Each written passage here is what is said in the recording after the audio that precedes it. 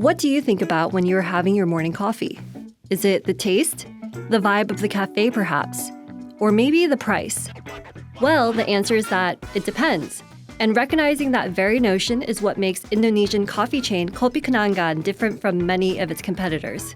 Starbucks and other global coffee chain really prioritizes consistency, where a cup of latte in Jakarta, Singapore, and New York tastes the same. For Kopi Kenangan, we prioritizes going hyperlocal. I realized that people have different tastes and preferences. If I go to Vietnam, I don't like the coffee, it's too strong for me. If a Vietnamese drinks Indonesian coffee, they'll be like, oh, it's too mild for me, right? There's no right or wrong, it's just taste and preference. And this is where we really shape our strategy for our global expansion. Which is why this cup of Kopi Kenangan here in Singapore may taste a little different in Indonesia. What started as a local coffee stall in 2017 has now gone global, with over 850 locations across Southeast Asia. It's backed by the likes of Serena Williams, Jay-Z, and Eduardo Saverin's B Capital. There are three numbers to watch out for in Kopi Kenangan's story. 15,000. The amount Edward says they initially invested into opening the company's first location. 8 million. Kopi Kenangan's first outside investment by venture capital firm Alpha JWC Ventures. And 106 million. The amount Kopi Kenangan says they brought in 2023. This is founder effect.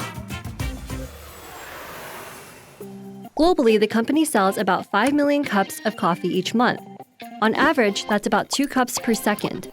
So how did they do it? We're here at the company's Singapore headquarters today to find out more. This is Edward Tirtanata. He was born an entrepreneur.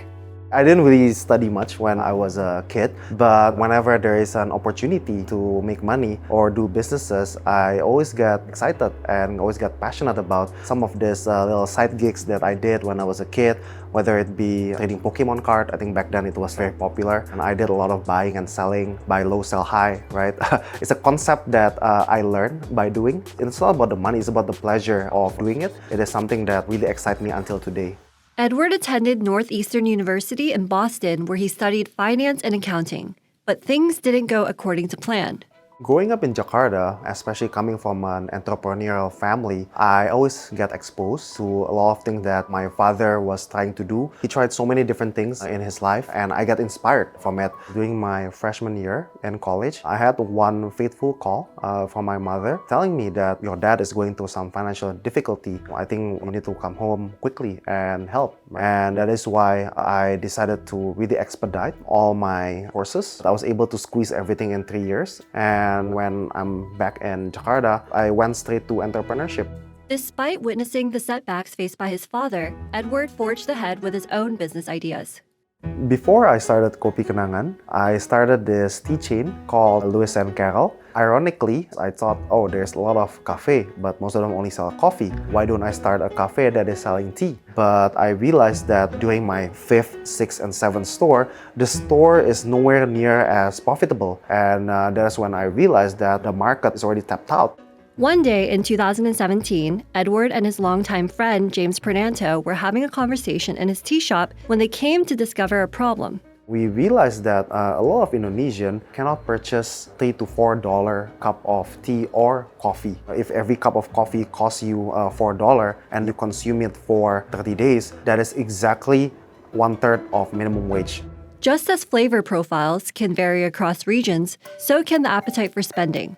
This can be best explained through something called the Starbucks Tall Latte Index, which compares and maps out the price of a Starbucks Tall Latte in each country across the world. This makes it easy to spot where a Starbucks latte is the most and least expensive in the world. So while a Starbucks latte would cost approximately 2% of the median daily income of the population in the United States, that same latte would cost approximately 1/3 of the median income in Indonesia. And that is when we realized that instead of being a third-home business model like Starbucks, we want to create a grab-and-go coffee company. Instead of focusing on the sofa or fast Wi-Fi, we want to focus on a good, high-quality cup of coffee. That's how we started Kopi Kenangan together. Shortly after that chance conversation out of a little tea shop in Jakarta, Kopi Kenangan was born. We believe that the key recipe of success in branding is to be different, right? And I realized that nobody's using an Indonesian name. I asked James, what is the most memorable memory that you have? Oh, my ex-girlfriend. And that is why our first menu is called Kopi Kenangan Mantan, which directly translates into memory of my ex-girlfriend coffee. And that went really viral. A lot of people were saying, oh, this coffee tastes exactly like my ex-girlfriend. It was sweet in the beginning and bitter at the end. And that really creates that organic virality. We did not invest a single dollar for influencer. They all just post themselves. Together, they invested $15,000 into opening their first location in Jakarta, Indonesia.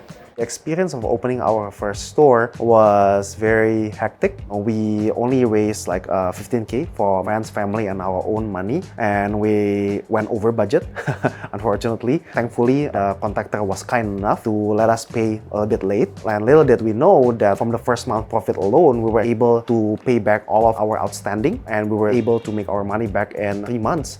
After successfully opening his first store, Edward and James quickly reinvested their profits into expanding the business. They went on to experiment with how they opened new locations. For my real estate strategy, I would like to test for scalability. Therefore, I intentionally choose my second outlet to be in proximity to my first outlet. It was only 500 meters away, and to our surprise, there was no cannibalization. We found out that we can open 14 stores on one road and there is no cannibalization at all. And the second thing that we tested is, can we actually compete head-on with a global brand? So that's why I believe that out of like the first 15 store, at least half is next to Starbucks. And we actually took a lot of their market share because obviously the taste is more localized and it's half the price. A lot of people back then actually buy our coffee and sit at the global coffee chain. In 2019, Kopi Kenangan received its first outside investment of $8 million from venture capital firm Alpha JWC Ventures. 2 years in, Edward had grown the business to 20 locations. By 2019, the business had grown to more than 200 locations. And by 2022, as economies slowly picked up following the COVID pandemic, Edward and his co-founder had nearly quadrupled their store count across Southeast Asia. Back then, I got a lot of pressure to actually just lay off all the employees and then maybe close the store temporarily. But I believe that the key for us getting out of COVID is not to close our stores, but to open more, which was really counterintuitive. During the pandemic, Edward and his team invested heavily into building out their technology to help scale the business. And rather than being conservative, Edward chose to take advantage of the lower prices and open more locations. We used data to open stores near the customers. We even made the investment to go inside the mall because we know that this is the best time for us to do land grabbing. So we made that investment, and that's why we were able to grow to where we are today. Kopi Kenangan achieved unicorn status in 2021. By April 2024, the business had raised over $230 million in capital from investors across the globe. Despite the business's success, it didn't come without its own set of challenges. Entrepreneurship for me is a constant struggle. I think it never gets easier. It only gets harder. The only thing that improves is yourself and your team. You got better at handling struggle. If you think about it, right? I have never led a company with a triple-digit revenue before. It all started with a very simple, hectic beginning where our biggest issue back then was how can we find coffee? We ran out of it. We need to use my Toyota Innova to go around the city to buy creamer or go to Bandung to buy coffee beans. So I try to learn every day how to become a better leader, how to become a better CEO, how can I lead a company of this size, right? And an even bigger size in the future. This is something that you need to do as an entrepreneur. It only gets more complicated as a business grows bigger, and I'm sure that it applies not just to Kopi Kenangan but to businesses globally as well. I think the best advice that I can give to a fellow entrepreneur is to be different. The next Starbucks is not going to look like a Starbucks. The next McDonald's is not going to look like a McDonald's. The next Google is not going to look like Google today. So you need to be radically different in order for you to compete against the incumbent. And now I'm very excited of what the future holds for us. I believe that's just the beginning of our journey. We're still very, very far to meeting our dream to become a global coffee chain. and hopefully we will be able to meet that dream within the next 4 to 5 years. Edward hopes to expand Kopi Kenangan to 3,000 locations by 2028 and dreams of listing the business in the US one day.